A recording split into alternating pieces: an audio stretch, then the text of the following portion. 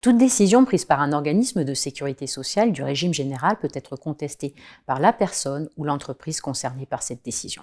Dans son rapport sur la sécurité sociale de 2023, la Cour a examiné comment sont traitées ces contestations et les litiges qui en découlent entre particuliers ou entreprises d'une part et organismes de sécurité sociale d'autre part.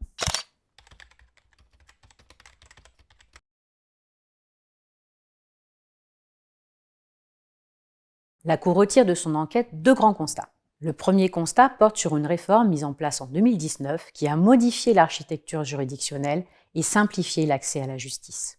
Avant la réforme, les commissions départementales d'aide sociale et pas moins de 4 juridictions étaient compétentes pour traiter des contentieux de la sécurité sociale. La loi a supprimé ces commissions et 3 de ces juridictions.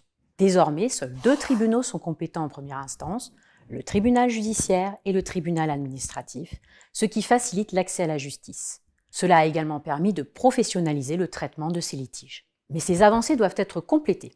Tout d'abord, si les tribunaux judiciaires traitent dorénavant la plupart des contentieux de la sécurité sociale, une partie des contentieux continue de relever à la fois du juge judiciaire et du juge administratif. Cela constitue un frein à l'accès à la justice pour les allocataires des caisses d'allocation familiale et les personnes handicapées, qui sont parfois contraints de saisir les 2 juridictions pour faire valoir leurs droits.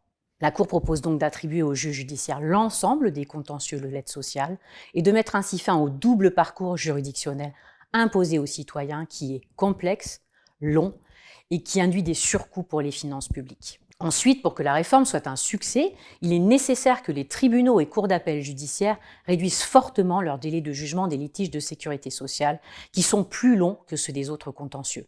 Ils se sont même aggravés depuis 2019 et atteignent en moyenne 23 à 24 mois en 2021.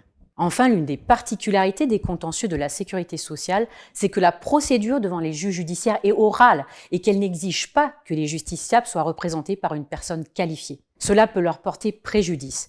Une grande partie des assurés sociaux ne maîtrisent pas les règles du droit de la sécurité sociale, contrairement aux organismes. La Cour préconise donc l'instauration, au stade de l'appel, d'une procédure écrite avec représentation obligatoire des requérants par un avocat ou une association de leur choix. Les citoyens seront ainsi mieux armés devant les juges et les argumentaires mieux préparés à l'audience, ce qui devrait aussi accélérer les décisions de justice. Pour éviter autant que faire se peut qu'un litige n'arrive devant le juge, il existe des procédures visant à trouver un terrain d'entente entre l'assuré social et la caisse de sécurité sociale. Cette étape, préalable à la saisine du juge, peut et doit être améliorée. C'est le deuxième grand constat de la Cour.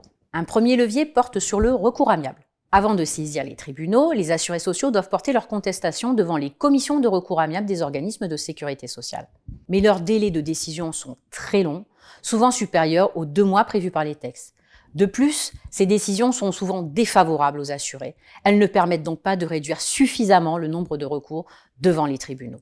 La Cour recommande donc de simplifier la procédure et d'accélérer le traitement des dossiers par ces commissions. Le deuxième levier porte sur la médiation. Les assurés sociaux ont la possibilité de saisir le médiateur des organismes de sécurité sociale sous certaines conditions. Le médiateur joue un rôle de prévention et de traitement des contestations et en pratique, les avis qu'il rend sont très largement suivis par les organismes.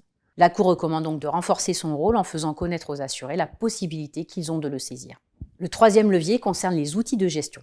Actuellement, les outils informatiques sont peu performants. Selon les branches, ils ne fournissent pas l'ensemble des données utiles au recensement, au chiffrage, au suivi et au pilotage des litiges de bout en bout. Or, ces litiges représentent des enjeux importants.